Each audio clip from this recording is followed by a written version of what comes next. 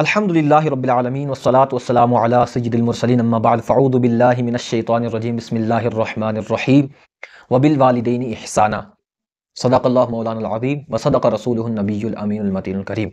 میٹھے اور پیارے اسلامی بھائیوں، اللہ تبارک و تعالیٰ قرآن پاک میں ارشاد فرماتا ہے کہ اپنے والدین کے ساتھ احسان کرو۔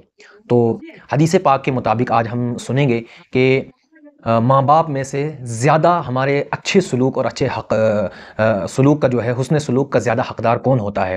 تو پیارے اسلامی بھائیوں، ایک شخص جو ہے سرکار دو عالم صلی اللہ تعالیٰ علیہ وسلم کی بارگاہ میں حاضر ہوا اور عرض کی، یا رسول اللہ صلی اللہ تعالیٰ علیہ وسلم، میرے حسن اخلاق کے یعنی اچھے اخلاق کے زیادہ حقدار میرے والدین میں سے کون ہیں؟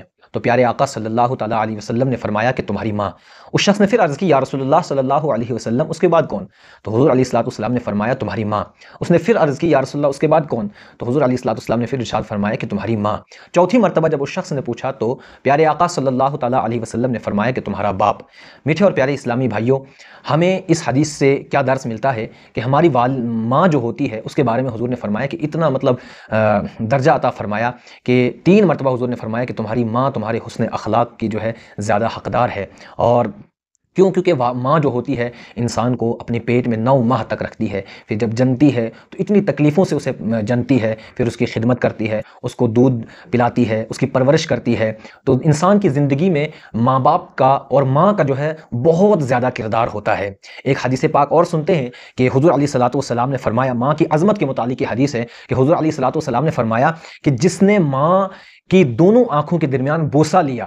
میٹھے اور پیارے اسلامی بھائی، اس حدیث کو توجہ سے سنیں کہ جس نے اپنی ماں کی دونوں آنکھوں کے درمیان بوسہ لیا یعنی پیشانی کو چوما، تو گویا کہ وہ چومنا جو ہے اس کے لیے جہنم سے پردہ ہے۔ اور ایک بزرگ رحمۃ اللہ تعالیٰ علیہ فرماتے ہیں، حضرت بشر حافی رحمۃ اللہ تعالیٰ علیہ فرماتے ہیں، والدین کے حقوق کے متعلق فرماتے ہیں کہ جو شخص اپنی والدہ سے اس وجہ سے قریب ہو گیا، یعنی اس لیے اپنی ماں کے قریب ہو گیا کہ وہ اپنی ماں کی بات سننے کے لیے وہ قریب ہو گیا، تو فرماتے ہیں حضرت بشر حافی رحمۃ اللہ تعالیٰ علیہ کہ وہ اس سے افضل ہے جو اللہ کی راہ میں جو ہے تلوار چلانے والا، یعنی جہاد کرنے والے سے افضل فرمایا گیا ہے۔